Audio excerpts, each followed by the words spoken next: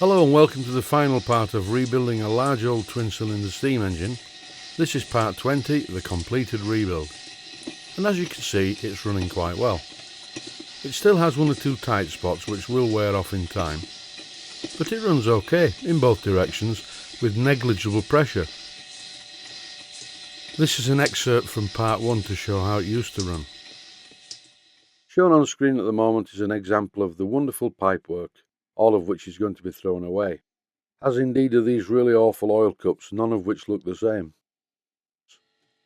The pin is just pushed in, it's not fastened in, it's not bolted in. The whole thing is a joke. Look at the flywheel, it really wobbles. So there's a fair bit to do on this engine. In the previous short excerpt, I must stress that was running on quite a lot of pressure. Now, this engine is running with nothing showing on the compressor's gauge. For me, this has been a tricky rebuild, because quite a lot of me wanted to start again and literally build a new engine using some of the parts. But the whole point of renovating an engine is not to make a brand new one, just make the existing one run as well as I can with the parts that I have. Apart from remachining some of the parts, I have had to fit some new parts to this engine.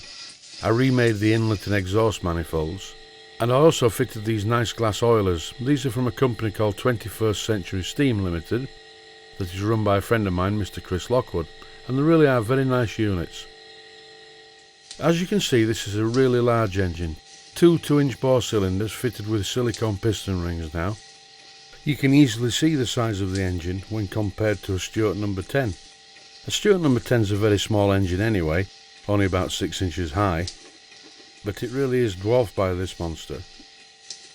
Before I started the rebuild, I was asked by the owner of the engine if I could fit a mirror underneath the crankshaft. And this I did, but when the mirror was in one piece and difficult to remove, I found that cleaning it to remove the oil spots that are inevitably going to come from the crankshaft caused me to graze my knuckles on the crankshaft itself.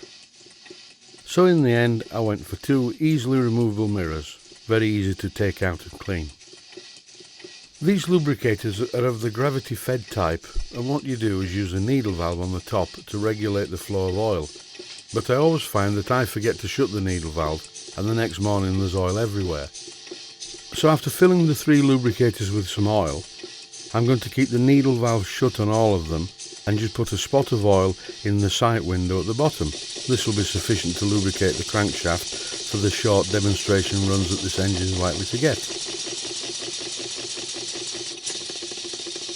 The main reason for the engine seeming to be a little bit on the rattly side is that things are not very tight in the bottom end, and this is due to the fact that the owner of the engine doesn't have a proper compressor. If I nip everything up a little bit, then it makes very little noise on my compressor, and indeed on steam it would be fine, but then it's no good if you want to run it on a compressor in a domestic environment with not much pressure to play with. It wouldn't run properly. So purposely I've left the bottom end a tiny bit on the slack side. And this is what I was talking about a minute or two ago, how I'm actually lubricating the engine by putting a spot of oil on the inspection window of each of the lubricators. With its two 2-inch bore cylinders, this engine is very powerful indeed, and if it was being used in an environment like a boat, a full-size boat, then these lubricators could have the needle valves opened and they would function as proper gravity-fed sight-feed lubricators. But for the intended use of this engine as part of a collection, just putting a spot of oil in each lubricator is perfectly fine. As can be seen here, the engine runs quite well in both forward and reverse gear. Unfortunately, as the eccentrics are keyed onto the crankshaft and therefore they are not adjustable at all, I cannot tweak the engine to make it run really well. But it runs well enough, and I'm sure it will give many years of trouble-free use.